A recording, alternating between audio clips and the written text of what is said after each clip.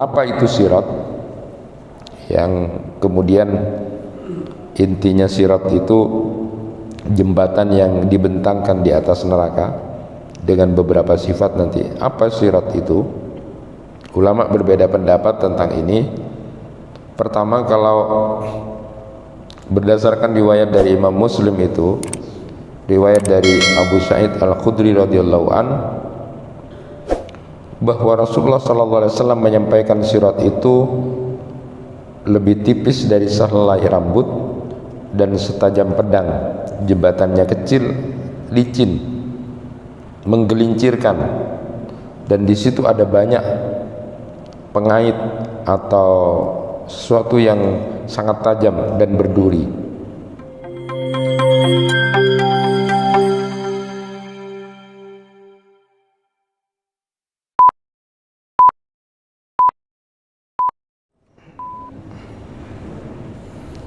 Assalamualaikum warahmatullahi wabarakatuh. Alhamdulillahi rabbil alamin, wa bihi nasta'inu ala umuri dunya waddin. Asyhadu an la ilaha illallah wahdahu la syarikalah, wa asyhadu anna Muhammadan abduhu wa rasuluh. Allahumma salli ala Muhammad wa ala ali Muhammad kama sallaita ala ali Ibrahim, wa barik ala Muhammad wa ala ali Muhammad kama barakta ala ali Ibrahim fil alamin innaka Hamidum Majid. Rabbi shrah li sadri wa yassir li amri wahlul 'uqdatam min lisani yafqahu qawli. Amma ba'du. Bapak Ibu yang dirahmati Allah, kajian berikutnya adalah tentang sirat. Sebelum membahas tentang sirat ini, ada ayat yang berkaitan dengan ini, yaitu Quran surat Maryam ayat 71 sampai 72. Wa im minkum illa wariduha kana ala rabbika hatmam maqdiya summa nunajjil ladzina taqaw wa nadzaru dzalimina fiha jisiya. Dan tidak ada seorang pun di antara kamu yang tidak akan mendatangi neraka. Hal itu bagi Tuhanmu adalah satu ketentuan yang sudah ditetapkan. Kemudian kami akan menyelamatkan orang-orang yang bertakwa dan membiarkan orang-orang yang zalim di antaranya dalam keadaan berlutut. Quran surat Maryam ayat 71 sampai 72. Hadirin, ulama tafsir itu berbeda pendapat tentang makna wariduha. Jadi mendatangi, masuk atau melewati neraka itu. Tidak ada seorang pun yang tidak akan wariduha, masuk, mendatangi atau melewati itu. Ada paling tidak 4 pendapat ulama tafsir tentang apa yang dimaksud tidak ada satupun orang yang nggak akan masuk neraka itu. Pertama, bahwa neraka itu memang akan dilihatkan pada semua manusia. Jadi akan dilihatkan. Kemudian yang kedua, ada yang berpendapat bahwa neraka itu memang akan dimasuki oleh setiap manusia, namun orang-orang yang bertakwa kemudian diselamatkan dari azab atau siksaannya. Kemudian pendapat yang ketiga, dan ini pendapat yang paling rajih atau yang paling kuat, bahwa memang neraka itu akan dilewati, yaitu dengan adanya jembatan atau sirat yang itu nanti tergantung kepada amalnya. Kemudian pendapat yang keempat, ada ulama tafsir yang menyebut bahwa tidak ada seorang pun yang tidak akan mendatangi neraka itu. Maksudnya itu adalah sebuah metafor bahwa manusia pada hakikatnya itu tidak pantas masuk surga itu, tapi yang pantas itu masuk neraka karena terlalu banyak dosa dan kemaksiatan yang dilakukan. Tetapi karena rahmat dan ampunan Allah lah kemudian dia menjadi selamat. Nah, jadi di pendapat ulama tafsir yang ketiga yang menyebutkan bahwa tidak ada seorang pun yang tidak akan mendatangi neraka itu atau masuk atau melewati itu, maknanya memang neraka itu akan dilewati, yaitu dengan adanya jembatan atau sirat. Nah, di dalam hadis-hadis yang berbicara tentang sirat ini, ya, di antaranya pernah saya sampaikan memang bahwa ketika riwayat Anas bin Malik yang ditanya oleh di mana saja Rasulullah SAW memberikan syafaat itu, maka riwayat dari Anas bin Malik ini menyebutkan yaitu di waktu di mizan penimbangan amal, lalu al-haud di telaganya Nabi, lalu kemudian di sirat. Itulah syafaat itu akan diberikan oleh Nabi SAW. Ada banyak riwayat orang-orang soleh itu yang menyebutkan tentang ayat ini atau yang berkaitan dengan ayat ini. Misalnya satu ketika Abdullah bin Rawahah itu meletakkan kepalanya di atas batu di kamar istrinya. Dia lalu menangis dan ternyata istrinya juga ikut menangis juga. Ketika Abdullah bin Rawahah bertanya, apa yang membuat engkau menangis? Istrinya tanya, kenapa engkau menangis? Setelah dia juga ikut nangis. Jadi rupa-rupanya kalau istri soleha itu ketika suaminya ikut nangis, istrinya juga ikut nangis gitu. Nah, Abdullah bin Rawahah ini istrinya tanya, apa yang membuatmu menangis? Abdullah bin Rawahah lalu kemudian berkata, aku teringat firman Allah Subhanahu wa taala, wa im minkum illa wariduha. Jadi enggak ada yang enggak melewati atau masuk atau mendatangi neraka itu. Katanya Abdullah bin Rawahah, aku tidak tahu apakah aku akan selamat atau tidak ketika melewati sirat itu. Nah, kemudian ada juga riwayat dari Abu Maisarah. Dia berkata, andai saja ibuku tidak melahirkanku. Setelah itu dia menangis. Ada yang bertanya kepadanya, apa yang membuat kamu menangis seperti itu? Dia menjawab, kita ini diberitahu oleh Allah bahwa kita akan mendatangi neraka.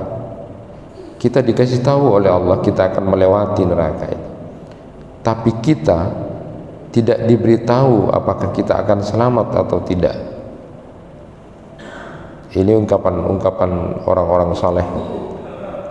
Kemudian Imam Hasan al-Basri itu dia berkata, seseorang bertanya temannya, apa kamu sudah mendengar bahwa kamu akan mendatangi neraka? Jadi ayat ini ya, wa in minkum illa wariduha ini.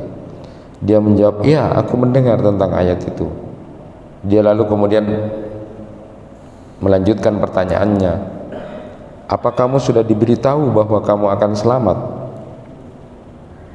Temannya lalu menjawab, tidak. Lalu dia kembali bertanya, lalu kenapa engkau suka tertawa-tawa? Lalu sejak saat itu temannya ini tidak pernah lagi terlihat tertawa yang terbahak-bahak ya.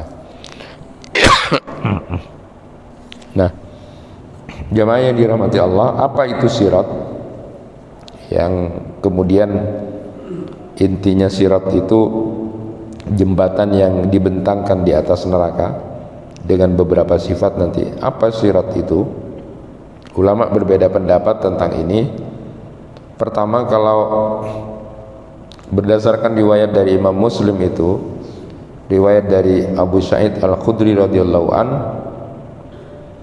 bahwa Rasulullah SAW menyampaikan sirat itu lebih tipis dari sehelai rambut dan setajam pedang. Jembatannya kecil, licin. menggelincirkan, dan di situ ada banyak pengait atau sesuatu yang sangat tajam dan berduri. Summa yudrabul jisru ala jahannam wa tahillu syafa'ah wa yaqulun Allahumma sallim sallim. Qila ya Rasulullah wa mal jisru? Qala dahdun mazillatun fihi khatatifun wa kalalib wa hasakun takunu binajdin fiha suwaikatun yuqalu laha as-sa'dan. Jadi setelah itu jembatan itu nanti dipasang dan syafaat berlaku, kata Nabi. Nabi itu berdoa, ya Allah selamatkan, selamatkan. Ada yang bertanya, ya Rasulullah, apa itu yang dimaksud dengan jembatan itu? Beliau menjawab, jembatan yang licin dan menggelincirkan. Di sana terdapat banyak pengait dan duri. Di Najd ada duri yang bernama Sa'dan itu. Itu pendapat yang pertama.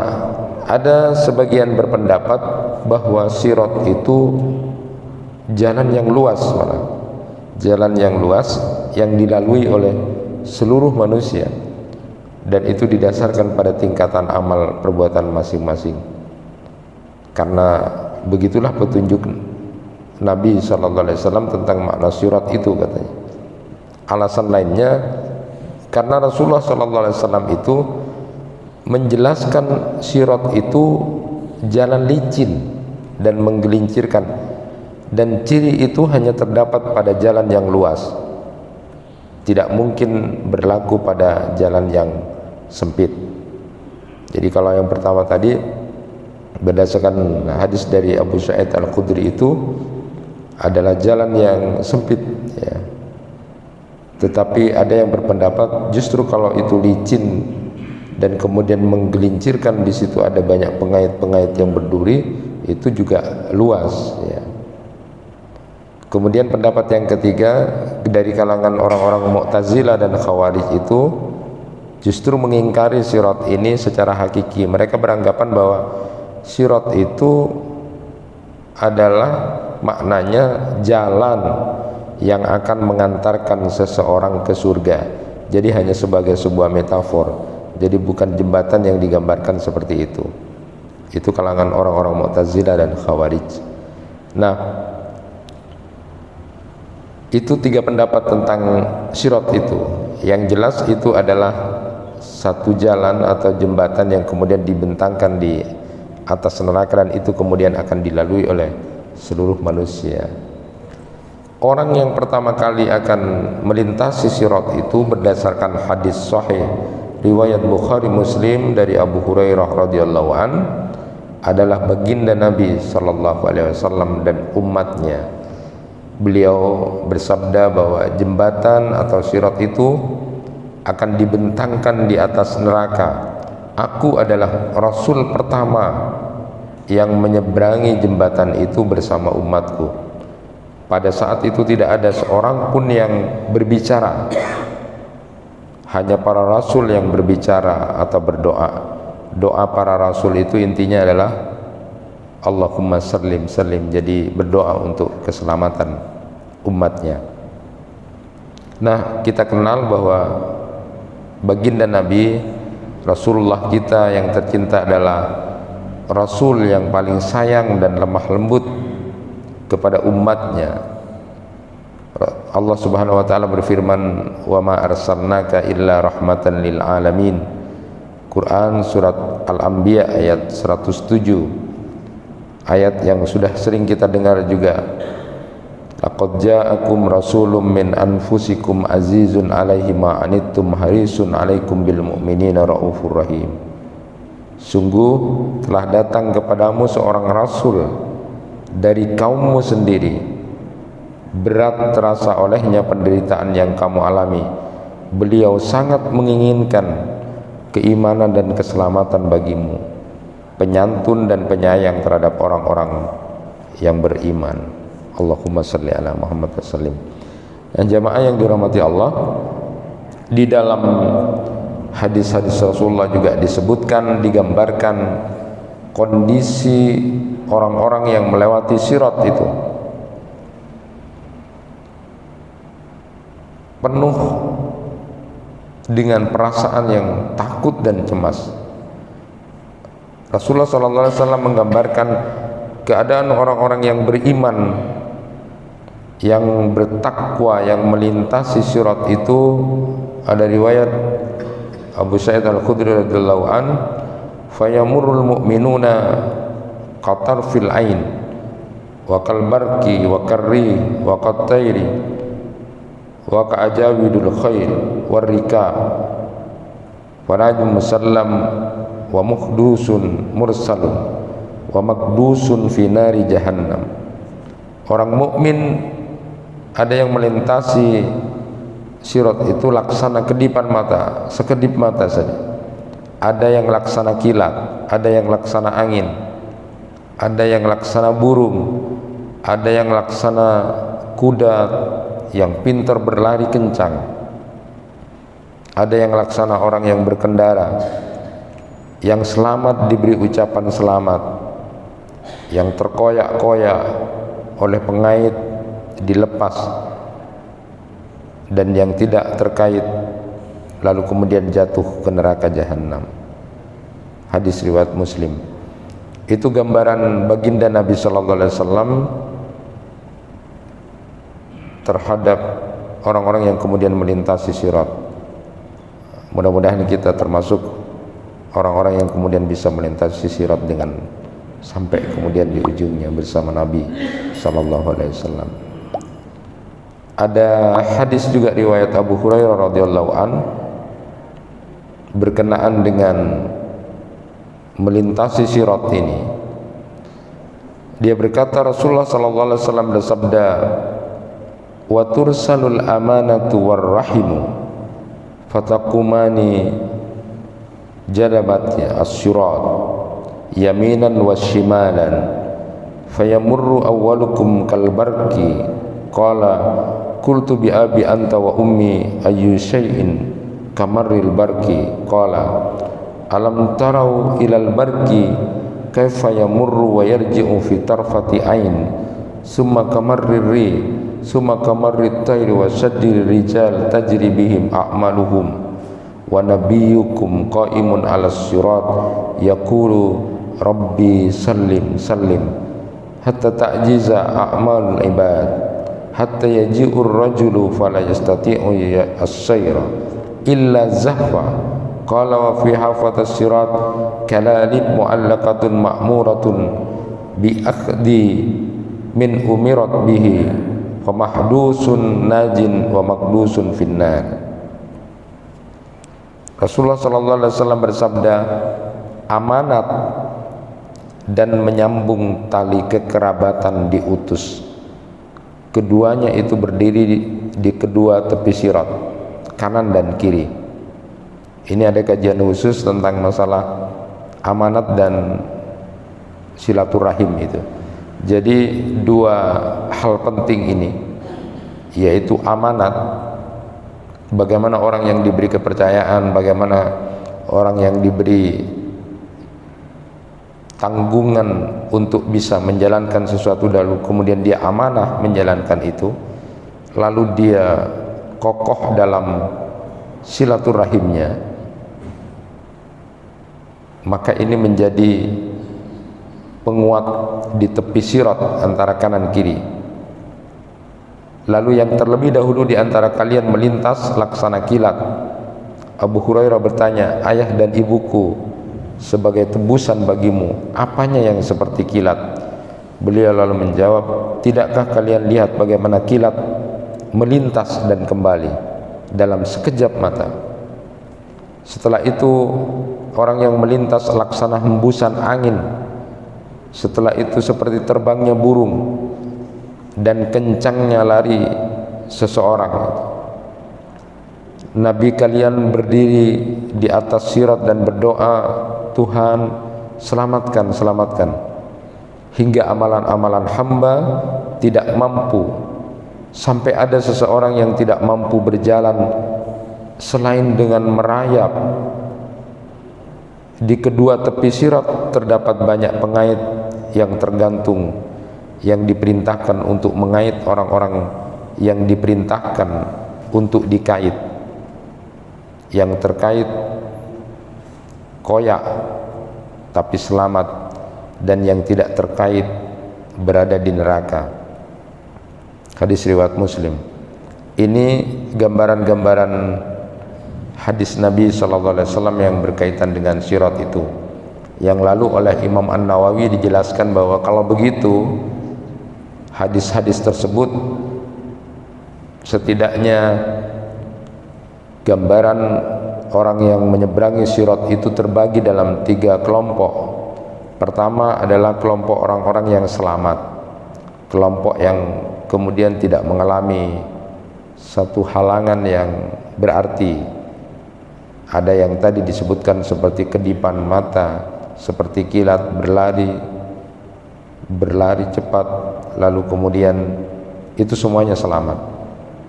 Kemudian kelompok yang kedua, kelompok yang dikoyak-koyak oleh besi runcing itu, kemudian tetap meneruskan perjalanan hingga akhirnya lolos dari api neraka, tetapi dalam kondisi seperti itu. Dan yang ketiga adalah kelompok orang-orang yang dihalau ke neraka, tidak sampai selesai dan tidak terkait, dia dicampakkan dan berjatuhan ke dalam api neraka. Jadi itu yang kemudian oleh Imam An-Nawawi dijelaskan berdasarkan hadis-hadis Nabi bahwa ada 3 kelompok orang ketika menyeberangi atau melewati sirat itu.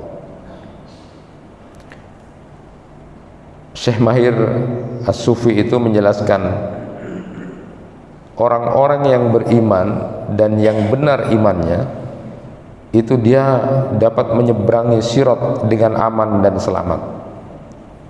Cahaya iman dan amal soleh mereka lah yang kemudian menerangi perjalanan mereka sampai di ujung sirat. Cahaya-cahaya itu berada di hadapannya dan ada di sisi kanan mereka. Allah Subhanahu wa taala berfirman dalam Quran surat At-Tahrim ayat 8. Yauma la yukhzillahu an-nabiyya walladzina amanu ma'ahu nuruhum yas'a baina aydihim wa bi aymanihim yaquluna rabbana atmim lana nurana waghfir lana innaka ala kulli syai'in qadir. Pada hari ketika Allah tidak mengecewakan nabi dan orang-orang yang beriman yang bersama dengannya, sedang cahaya mereka itu memancar di hadapan dan di sebelah kanan mereka sambil berdoa, Rabbana atmim lana nurana waghfir lana innaka ala kulli syai'in qadir. Ya Tuhan kami, sempurnakan untuk kami cahaya kami dan ampunilah kami, sungguh Engkau maha kuasa atas segala sesuatu. Kemudian dalam Quran surat Al-Hadid ayat 12, Yauma taral mu'minina wal mu'minat yas'a nuruhum baina aydihim wa bi aymanihim busrakum al-yawma jannatun tajri min tahtihal anhar khalidina fiha dzalika wal fawzul adzim. Pada hari engkau akan melihat orang-orang yang beriman laki-laki dan perempuan, betapa cahaya mereka bersinar di depan dan di samping kanan mereka.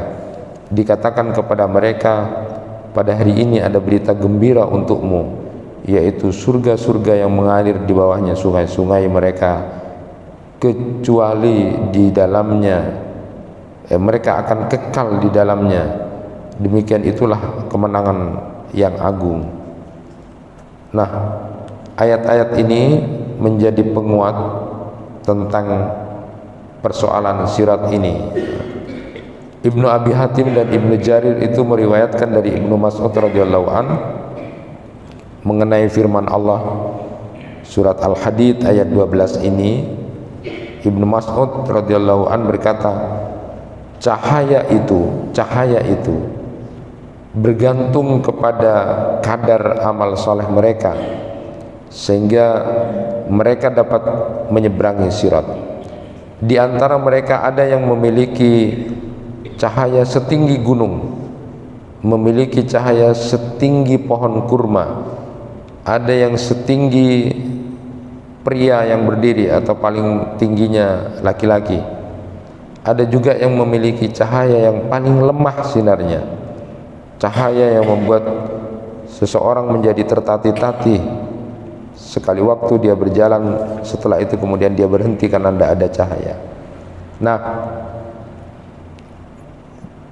sambil menjelaskan itu, beliau Syekh Mahir As-Sufi itu dalam kitabnya itu menjelaskan ada beberapa amalan yang secara spesifik yang kemudian berkait dengan amal yang dapat menyelamatkan seseorang ketika menyeberangi sirat ini. Kalau kemarin disebutkan ada amalan-amalan yang memberatkan mizan itu. Jadi Rasulullah SAW sendiri menyebutkan ada hadis-hadis yang berisi tentang amalan-amalan yang secara spesifik berkaitan dengan pemberat amal kebaikan atau amal soleh di mizan itu kemarin. Jadi seperti contohnya mengucapkan kalimat subhanallah wa bihamdi subhanallahil azim, dua kalimat yang sangat ringan di lisan tapi berat nanti di mizan itu, dan itu dua kalimat itu sangat disukai, dicintai oleh Allah Subhanahu wa taala. Kemudian juga spesifik disebutkan bahwa amal yang bisa memberatkan mizan itu adalah akhlak yang baik. Akhlak yang baik. Nah, ketika berbicara akhlak yang baik yang banyak itu, pertama kali kemudian Rasulullah SAW menyebutkan adalah memaafkan. At-taghaful, itu akhlak yang baik. Jadi memaafkan lalu kemudian melupakan. Karena sekarang ada yang kemudian berhenti di kalimat aku bisa memaafkan tapi aku tidak bisa melupakan. Seharusnya yang benar itu ya kalau bisa memaafkan dan sudah melupakan. Itu at-taghaful. Nah, akhlak yang baik yang begini ini yang kemudian termasuk kemarin ketika saya bahas tentang fikih jual beli itu ya, ada satu amalan yang disebut dengan ikola. Itu adalah ada orang jual beli lalu kemudian dia memang sudah beli, sudah tidak ada lagi hak hiar untuk kemudian dia membatalkan. Makanya kan kalau jual beli itu sering barang yang sudah dibeli tidak boleh kemudian dikembalikan kalau sudah selesai di situ. Nah, ini ada satu amalan yang dalam hadis itu orang yang kemudian memberi kemudahan, orang ini sudah beli sesuatu tapi benar-benar punya alasan yang jelas, dia benar-benar butuh uang tiba-tiba tapi sudah kadung beli. Ini gimana kalau mau dikembalikan? Tidak mungkin. Tapi lalu kemudian dia sama pembelinya, sama penjualnya mengatakan aku kembalikan ini. Lalu kemudian ya sudah, tidak apa-apa kalau memang kejadiannya seperti itu. Jadi bukan karena menukar atau mengembalikan, tapi betul-betul kemudian dia butuh. Dia kemudian membatalkan jual beli itu dalam waktu yang tidak terlalu lama juga karena dia butuh, maka pahalanya ini besar. Dia akan kemudian akan memperberat amal kebaikan. Ini contoh-contoh yang semua orang tidak mudah. Berapa orang mari beli boleh, itu kan sering itu. Tapi ini kondisinya memang betul-betul dan dia butuh itu. Dan lalu kemudian dia memaafkan, lalu kemudian jual belinya kemudian dibatalkan. Ini contoh kecil bahwa membuat ringan satu kesulitan orang itu akan membuat timbangan kebaikannya di mizan itu kemudian berat. Nah, ada juga hadis-hadis yang memang berkaitan dengan secara spesifik disebutkan oleh baginda Nabi Sallallahu Alaihi Wasallam, itu dikaitkan dengan perjalanan akhirat kita. Di antaranya adalah sirat ini. Kalau tadi sudah digambarkan bagaimana susahnya melewati sirat itu dan digantungkan kepada amalnya, lalu kemudian cahaya akan dibutuhkan di situ tergantung kepada amalnya. Ada beberapa amalan yang kemudian didasarkan pada hadis Nabi Sallallahu Alaihi Wasallam yang berkaitan dengan sirat ini yang beliau kemudian kumpulkan dan tulis itu. Pertama adalah orang yang hatinya terikat dengan masjid. Jadi hadis dari Abu Darda radhiyallahu an, Rasulullah sallallahu alaihi wasallam bersabda, masjid itu adalah rumah bagi setiap orang yang bertakwa. Bagi orang yang menjadikan masjid sebagai rumahnya, Allah berikan kepadanya nanti istirahat, angin yang sepoi, rahmatnya, dan mampu menyeberangi sirat menuju keridhaan Allah dan menuju surga. Hadis riwayat At-Tabrani. Jadi amalan orang yang kemudian akan bisa menyeberangi sirat itu adalah orang yang hatinya terikat dengan masjid. Dia suka datang ke masjid, dia suka ngurusin masjid, dia suka kemudian membantu persoalan-persoalan di masjid. Itu adalah bagian dari amalan orang yang nanti akan dimudahkan menyeberangi sirat. Kemudian yang kedua, kata beliau sesuai dengan hadis marfu dari Abu Nuaim, bahwa amalan yang bisa membuat orang kemudian bisa menyeberangi sirat itu dengan baik adalah bersedekah yang baik. Barang siapa yang baik dalam bersedekah, dia akan menyeberangi sirat tanpa rasa takut, dan dia tidak akan pernah kemudian merasakan kegetiran. Dan ketika dia bersedekah, tidak dengan cara yang tidak baik, yaitu menyakiti atau untuk pamer-pamer saja. Nah, jadi amalan yang kedua yang bisa menyeberangi sirat itu dengan mudah itu adalah suka bersedekah yang baik. Jadi sedekah yang baik itu adalah tidak riya, tidak pamer, juga tidak menyakiti yang diberi. Jadi kalau ngasih sudah kasih saja, tidak usah dengan makanya kamu ini, tidak usah nyakitin. Jadi sedekah saja yang baik. Kemudian yang ketiga itu adalah membatalkan kerugian atau ketergelinciran seseorang. Ini riwayat Muslim, dan ini sudah saya sampaikan tadi. Riwayatnya dari Abu Hurairah radhiyallahu an, bahwa Rasulullah bersabda, siapa yang membatalkan kerugian pembelian seorang muslim, Allah akan membatalkan ketergelincirannya sirat di hari kiamat nanti. Hadis riwayat Abu Daud. Jadi kalau ada yang tadi jual beli itu kemudian ada sesuatu yang membuat dia rugi, ya, lalu kemudian dia kok kayaknya memaklumi, ya sudah, tidak apa-apa, maka Allah akan membatalkan ketergelinciran orang ini nanti di hari kiamat. Artinya bisa menjadi amal yang ketika dia membatalkan kerugian seseorang, memudahkan kesulitan orang di situ pada saat tertentu, maka nanti Allah akan menyelamatkan dia dari ketergelinciran di hari kiamat di sirat itu. Jadi tampaknya memang amal-amal sosial ini menjadi sesuatu yang penting harus kita lakukan, dan itu begitu sangat punya relevansi terhadap perjalanan eskatologi kita melewati fase-fase sebelum kita masuk surga atau kemudian naudzubillah di neraka.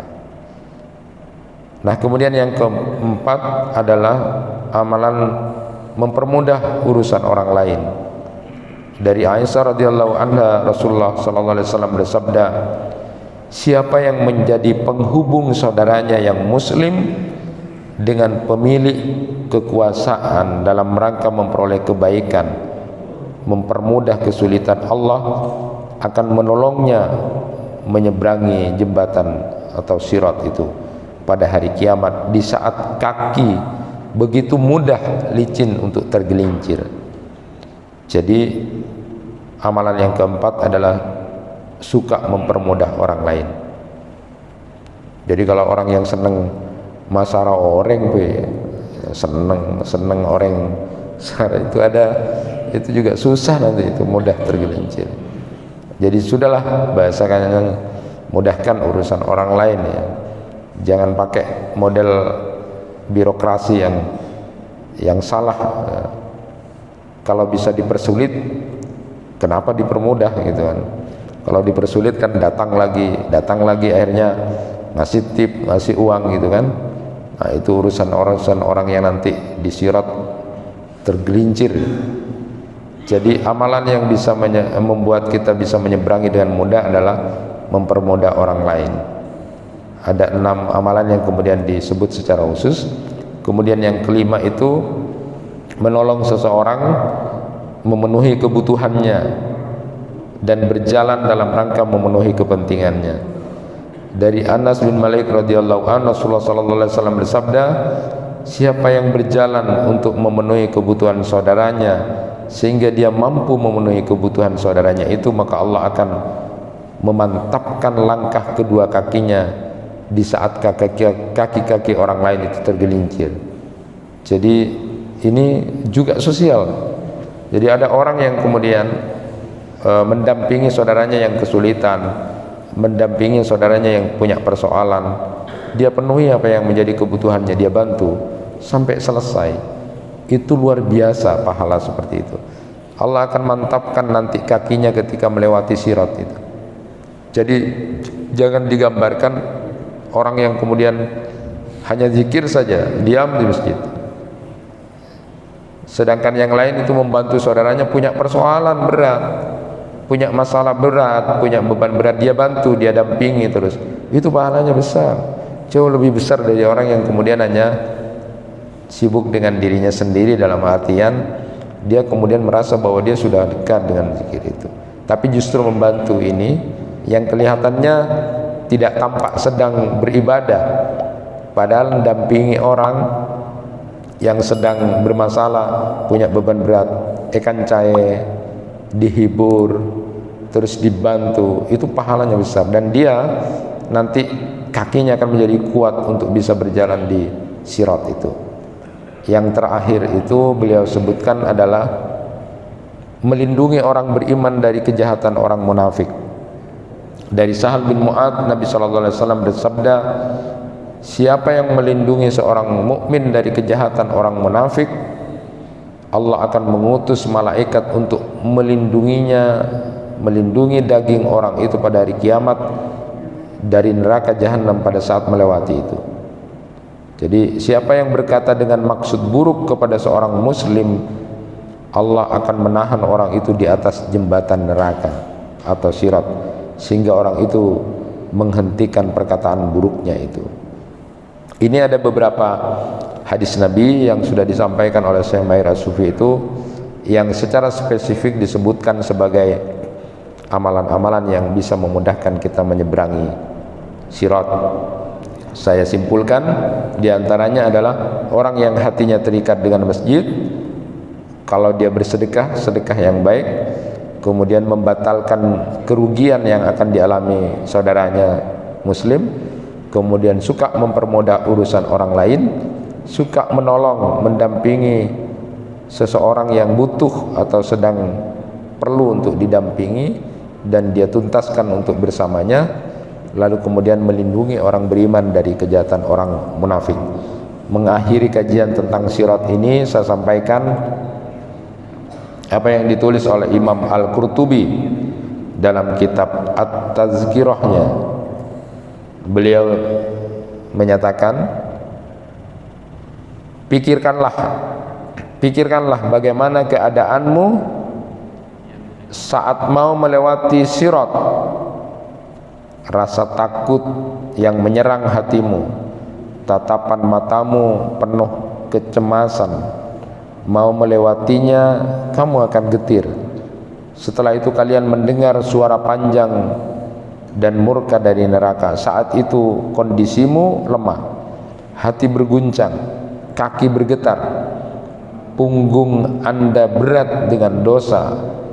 Lantas bagaimana kamu akan berjalan di atas tajamnya jembatan yang banyak besi pengait yang memudahkan tergelincir ke dalamnya? Maka selalulah baca di antaranya doa kepada Allah agar kemudian bisa untuk menyeberangi sirat itu. Rabbana atmim lana nurana waghfir lana innaka ala kulli syai'in qadir. Perbanyaklah doa, diantaranya ketika kita juga berdoa, doa-doa kita adalah agar Allah memberikan penyempurnaan terhadap cahaya kita yang kemudian akan memudahkan perjalanan kita di sirat, lalu berdoa agar diampuni dosa-dosa kita karena Allah berkuasa atas segala sesuatu. Teruslah diantaranya berdoa, Rabbana atmim lana nurana waghfir lana innaka ala kulli syai'in qadir. Kalau kita sudah memahami fase-fase perjalanan mulai dari alam barzah sampai kemudian sirat ini, kita pahami itu dan amalan-amalan apa saja yang kemudian ada kaitannya dengan itu, insyaallah kita termasuk orang-orang yang nanti akan selamat di atas sirat dan bisa bersama baginda Nabi sallallahu alaihi wasallam di surga. Mudah-mudahan itu bisa menjadi pencerahan buat kita. Kurang lebihnya mohon maaf. Assalamualaikum warahmatullahi wabarakatuh.